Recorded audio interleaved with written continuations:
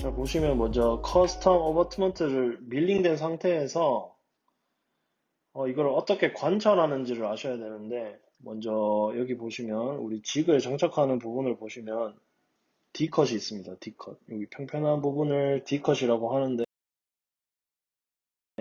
이 D컷을 12시 방향으로 놓은 상태에서, 하늘 방향으로 놓은 상태에서 잡으시고 이 방향으로 보셔야 됩니다. 헥사를 볼 때 좀 확대해 볼까요? D컷이 여기 12시에 있는 상태에서 이렇게 관찰을 하셔야 됩니다. 현미경으로 관찰하시면은 이 커프 부분이 어디로 어긋나 있는지 확인할 수 있습니다. 방향이 중요하니까 요거를 12시 기준으로 관찰하셔야 됩니다. 자, 방금 관찰하신 것 같이 하시면 요건 한 가지 예를 들어 놓은 건데, 이 케이스는 지금 약간 왼쪽에 이만큼이 남죠. 센터가 안 맞아서. 그래서 그걸 조금 과장을 해서 이렇게 표현을 해놨습니다. 그래서 이런 식으로 왼쪽으로 이만큼 틀은 이 상태인데, 한 가지 기준을 잡고 저희가 그 픽스처 값이라는 거를 우리가 조정을 해야 되는데, 픽스처 값을 조정하는 기준은 이 헥사 부분을 왼쪽으로 이동해서 지금 밀린 곳으로 이동을 한다고 생각을 하셔야 됩니다. 반대로 생각하시는 분들이 많아요. 우리가 지금 이렇게 잘못 밀려있는 이 부분을 원래 헥사대로 움직여야 된다고 생각하시는 분들이 많은데, 그걸 기준으로 하지 않고 원래 밀려있는 이 헥사를 우리가 지금 잘못 밀려있는 곳으로 이동을 해서 헥사를 맞춰준다고 기준을 잡고 생각을 하셔야 됩니다. 그래서 이 케이스 같은 경우에는 지금 화살표가 왼쪽으로 돼 있죠.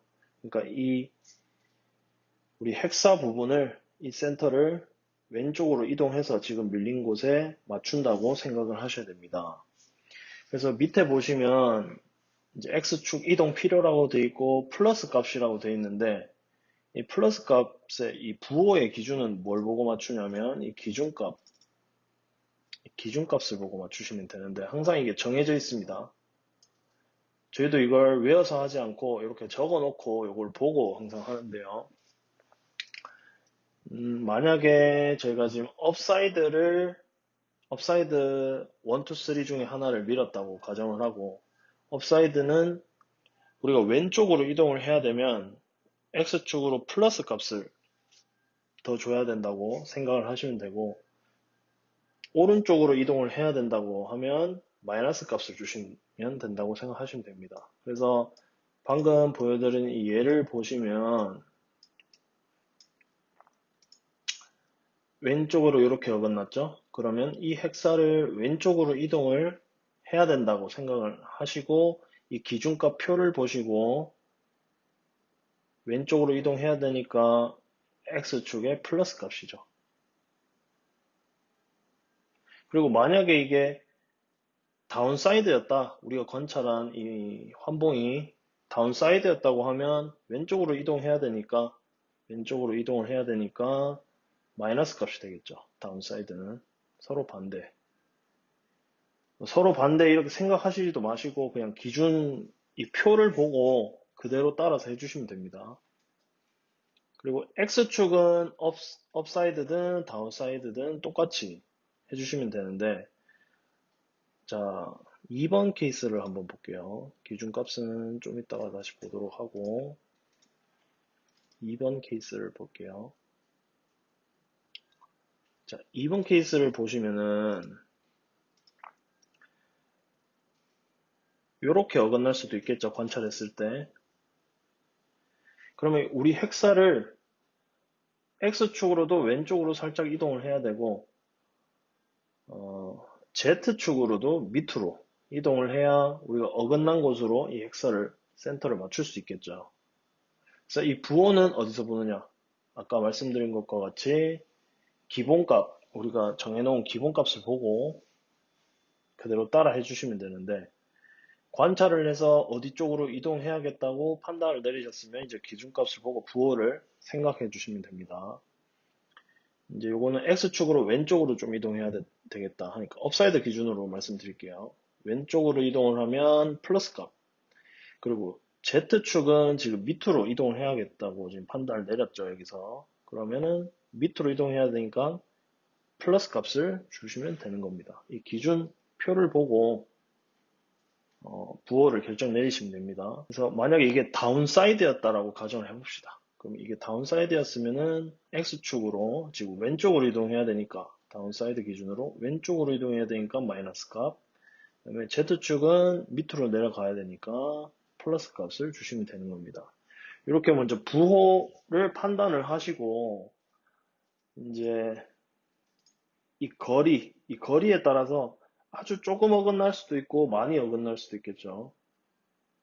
그 값을 이제 생각하시면서 얼만큼 더 줘야 될지 생각을 하셔야 되는데 관찰을 하셔서 부호를 정하셨으면 이제 픽스처 값을 어디서 넣는지를 한번 경로를 보도록 하겠습니다. 경로는 NC 아웃풋을 들어간 다음에 하이퍼렌트 PC에서 보통 이제 픽스처 조정은 그 센터 값 조정하는 거는 PM5 밀링 머신 컴퓨터에서 하는 게 아니라 하이퍼덴트 우리 계산하는 컴퓨터에서 하이퍼덴트에 있는 픽스처 값을 조정하는 거라는 개념을 알고 계셔야 됩니다. 그래서 하이퍼덴트 컴퓨터에 있는 NC 아웃풋 들어가신 다음에 쉽게 들어가는 방법은 여기에 상위 폴더를 보시는 거예요. 여기서 공유 문서로 바로 가신 다음에 하이퍼덴트 DB라는 폴더가 있습니다. 여기 들어가시면 fixture라는 값이 있죠. 방금 제가 말씀드린 경로로 가면은 fixtures multi라는 폴더가 있을 수도 있고 그냥 fixtures라는 폴더가 있을 수도 있습니다. 그거는 버전에 따라서 조금 다를 텐데 이제 보시면은 여기에 어버트먼트 멀티라는 우리가 기본적으로 쓰는 그 치공구의 이름이 여기에 메모장으로 쭉 있는 것을 볼 수가 있습니다. 이게 뭐냐면은 하이퍼덴트에 처음에 우리가 치공구 설정할 때 여기 있는 이름들 요 값이 좌표가 다 이제 설정이 되어 있는 건데 그 좌표 값을 우리가 조금씩 바꿔서 이제 센터를 맞춰주는 겁니다. 그래서 메모장을 실행을 하셔가지고 여기서부터는 이제 글자 하나하나 지우고 다시 더하고 하는 거를 조심을 해주셔야 됩니다. 우리가 아까 봤던 케이스 2번 케이스 2번을 보고 어떻게 바꿀지 한번 여기에다가 적용을 한번 해보겠습니다. up2에서 가공한 것이라고 가정을 하고 적용을 해서 한번 바꿔볼게요. 그래서 여기 보시면 조금 과장해서 이렇게 이만큼 비껴 나가 있다고 어긋나 있는 것으로 왼쪽에 보시면 이게 실제로 우리가 현미경으로 관찰한 겁니다. 그래서 굉장히 조금의 차이죠. 이 정도면 저는 그냥 0.02만큼만 100분의 2만큼만 수치를 조정할 것 같습니다. 그래서 밑으로 Z축으로 0.02만큼 그리고 왼쪽으로 X 값을 왼쪽으로 0.02만큼 이동을 한번 어떻게 적용을 하는지 한번 해볼게요. 부호는 아까 말씀드렸다시피 자 여기 기준값을 보고 결정을 하겠죠. 아시기 쉽게 메모장을 켜가지고 한번 적용을 해볼게요. 정리를 한번 해보겠습니다. X축 먼저 할게요. X축 왼쪽으로 0.02만큼 그리고 Z축으로 아래쪽으로 0.02만큼 그래서 부호는 이 기준값을 보고 결정하자고 했죠. 그래서 up2에서 우리가 했는 걸로 가정을 했으니까 up2 그래서 up을 기준으로 봐야겠죠. X축 왼쪽으로 0.0이니까 플러스 값이죠. 플러스 그리고 Z축 아래로니까 Z축 아래로도 플러스 값이죠. 이렇게 적용을 하는데 요 값을 이제 아까 방금 우리가 경로로 들어갔던 곳에서 적용을 해주면 됩니다. 만약에 우리가 fixture 방금 준 값을 잘못 줄 수도 있는 위험이 있기 때문에 그래서 이 전체를 그냥 백업을 먼저 해두시고 하는 걸 추천드리거든요. 그래서 이 폴더 자체를 백업 폴더에다가 바꾸기 전에 꼭 이거를 복사하셔가지고 복사하시고 백업 폴더에 넣고 수정했다고 날짜를 적으셔가지고 오늘은 9월 1일이거든요. 이렇게 이렇게 백업을 먼저 해놓고 나서 바꾸시게 되면은 내가 뭔가 조정을 잘못했을 때 원래 백업된 폴더를 다시 적용해놓고 다시 또 바꿀 수가 있겠죠. 실수를 많이 할 수도 있기 때문에 항상 백업을 해두시는 것을 부탁드리겠습니다. 어버트먼트 멀티에서 up2를 찾아주죠. 이게 up2죠. 이제 실제로 들어가 있는 값이 여기에 있는 겁니다. 다운표 안에 마이너스 0.05, 쉼표 26.3, 쉼표 0, 그 다음에 다운표 이렇게 돼 있죠. 그래서 맨 처음에 있는 게 X축에 대한 값이고요. 두 번째는 Y축에 대한 값이고요. 그 다음에 Z축에 대한 값입니다. 센터만 맞추실 거기 때문에 우리는 X와 Z만 보시면 되는데, 자, 바꿔줄 때 up2에 X축을 플러스 0.0 이만큼 해준다는 거니까 여기에 있는 값에서 플러스 0.02 해주시면 되는 겁니다. 암산이 되시면 그냥 여기서 플러스 0.02 하면은 마이너스 0.03이 되겠죠. 하지만 지금 이렇게 쉬운 값은 암산을 하셔도 괜찮은데 만약을 대비해가지고 저는 계산기를 쓰는 편이에요. 켜놓으시고 여기 픽스처에 있는 값을 부호까지 해서 복사를 하신 다음에 올리고요. 여기서 부호까지 우리가 정해줬으니까 플러스 하면 되겠죠. 플러스 0.02는 마이너스 0.03 요거 그대로 복사하세요. 그래서 올려주시면 되는 겁니다. 그리고 Z축으로도 똑같이 여기서 Y축에 잘못 적용하시는 분들도 있는데 그게 아니라 Z축에 적용하셔야 됩니다. 지금 0으로 되어 있으니까 0은 당연히 그냥 플러스 0.02 해주면 되겠죠. 0.02 이런 식으로 이렇게 적용을 하셨으면 X 눌러가지고 저장을 눌러주시면 저장이 됩니다. 저장을 해볼게요. 저장했죠.